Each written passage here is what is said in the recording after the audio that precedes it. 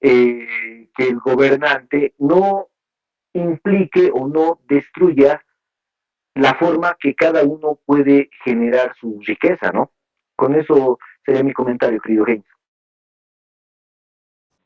Muy amable.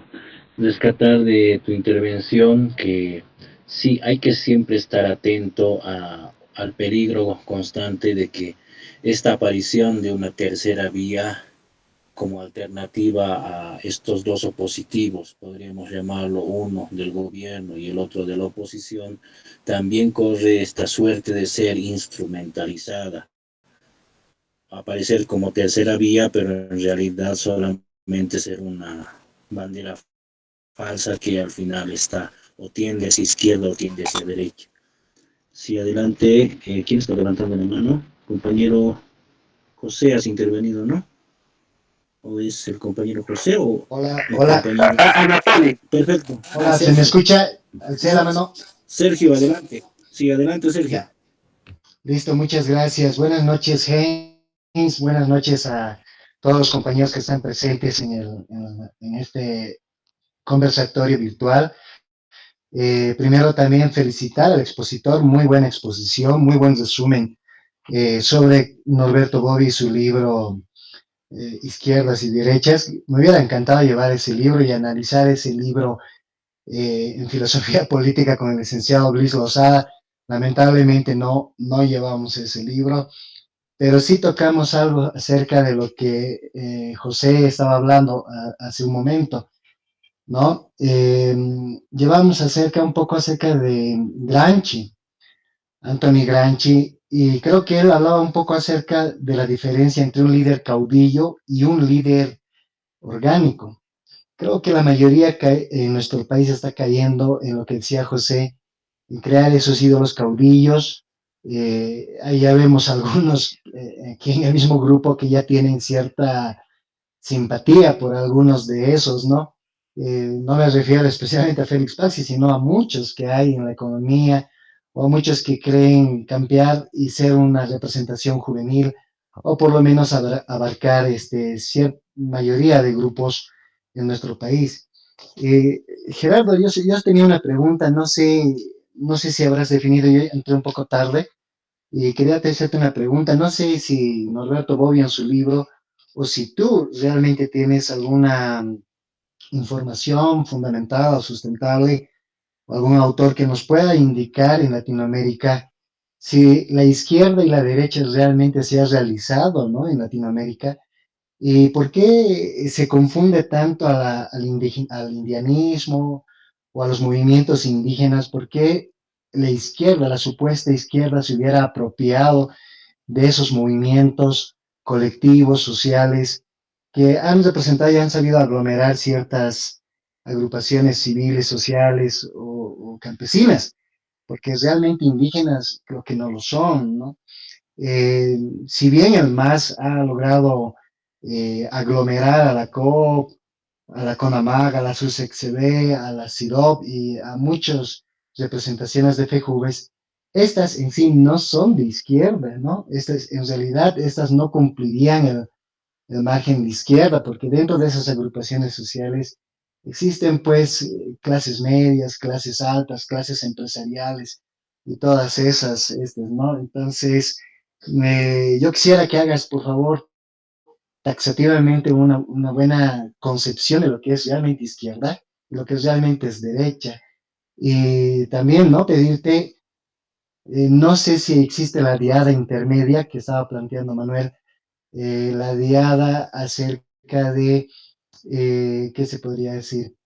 Intermedia, como la que presenta Paxi. Paxi estaba presentando, creo, economías mixtas, empresas privadas fusionadas con empresas públicas, pero las empresas públicas más que todas del campo, de las comunidades, ¿no?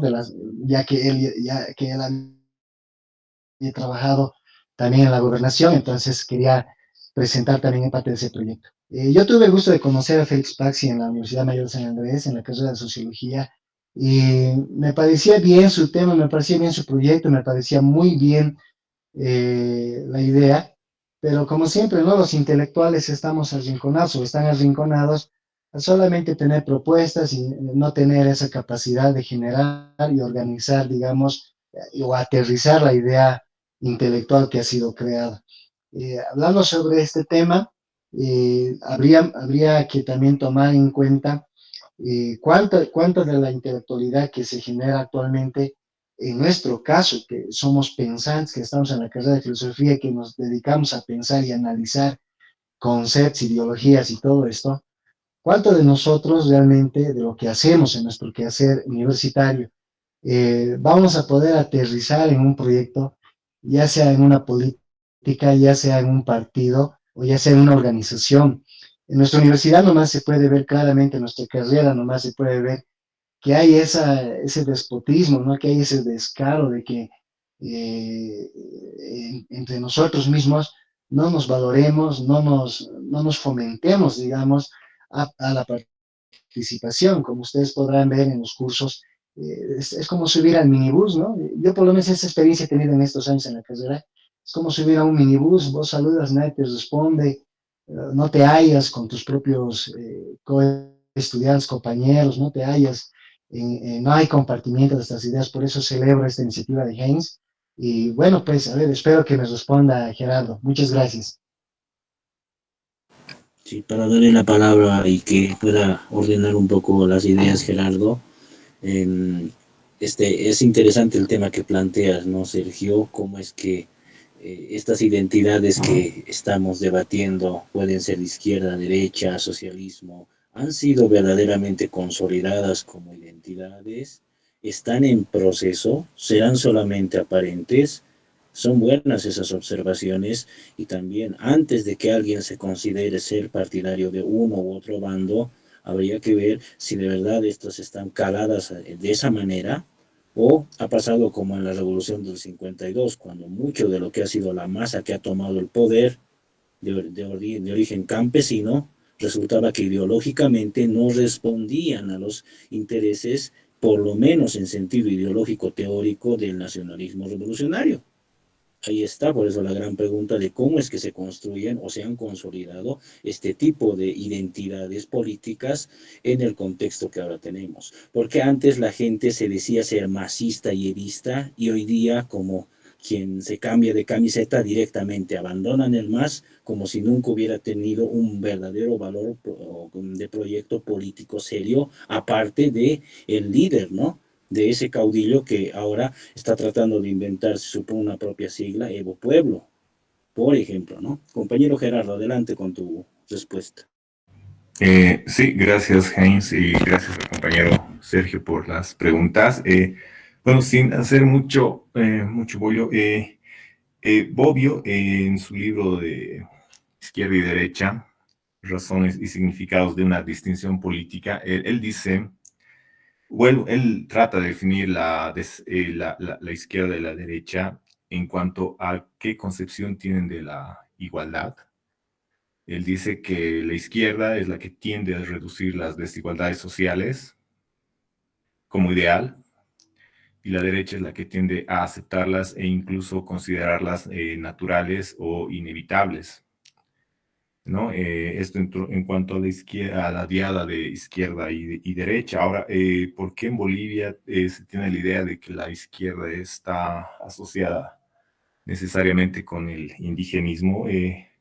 Pienso que es porque desde la revolución del 52, bueno, el movimiento indígena, bueno, incluso podríamos ir hasta hasta mucho más atrás, desde la independencia de nuestro país, que se asocia al indigenismo con movimientos de contestatarios, revolucionarios y que están, sí, bueno, básicamente eso, ¿no? Son la base social revolucionaria. Claro que se ha visto que eso ya ahora ha transmutado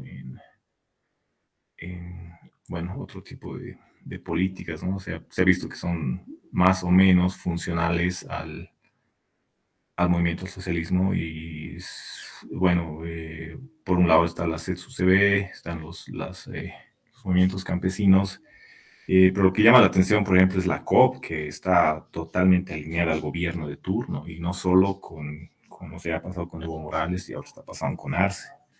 Incluso parece que hay mucha gente que está hablando de fundar nuevamente la COP como una, o sea, para que se vuelva realmente una entidad, un ente que represente a los trabajadores y no esté alineado al gobierno.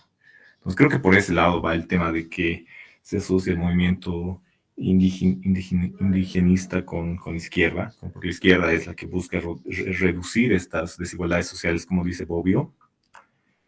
Y el otro eje en el que trabaja Bobbio es el de la libertad. Bueno, pero ahí la diada ya es otra, es la del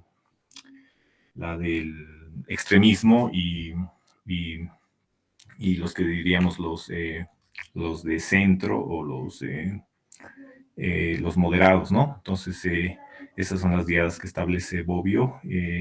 Bueno, este libro lo he leído hasta cierta parte, porque no lo estoy llevando en filosofía política con el doctor Split, simplemente lo tengo ahí como referencia y me ha gustado bastante el abordaje que hace Bobbio sobre izquierda-derecha, que está relacionado a la igualdad-desigualdad y los extremos que están asociados a la moderación y al extremismo político y que definen en gran parte los escenarios políticos no solo de nuestro país, sino de la región y del mundo, ¿no?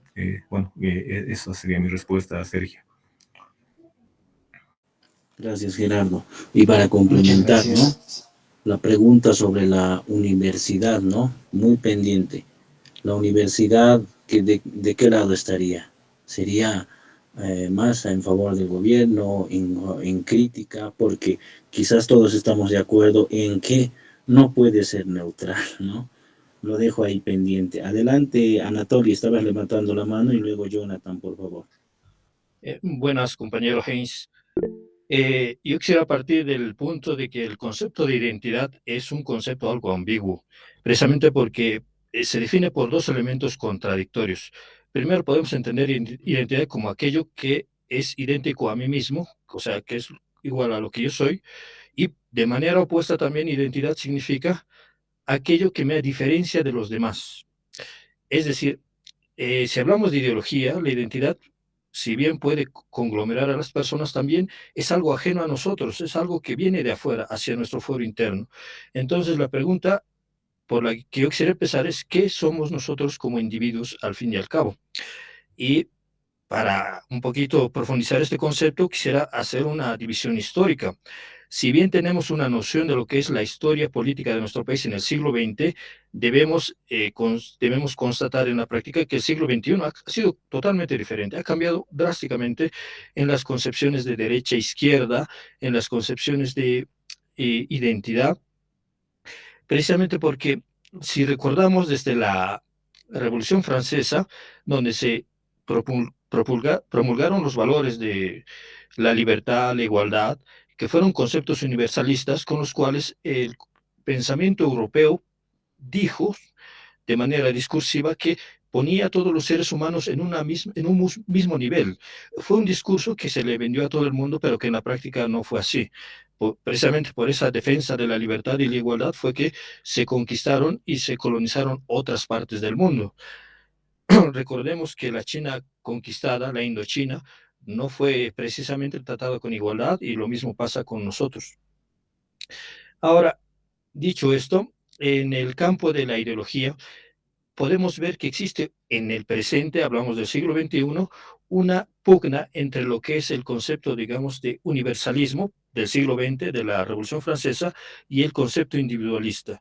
En el presente se defiende mucho los derechos individuales, se los considera victorias del proceso anterior, sin embargo, se ha llegado a tal punto de exigencia, digamos, del pensamiento políticamente correcto, hablo de la opinión europea, que si uno, por ejemplo, opina mal de determinado grupo étnico, de determinada idea política, se le considera políticamente incorrecto.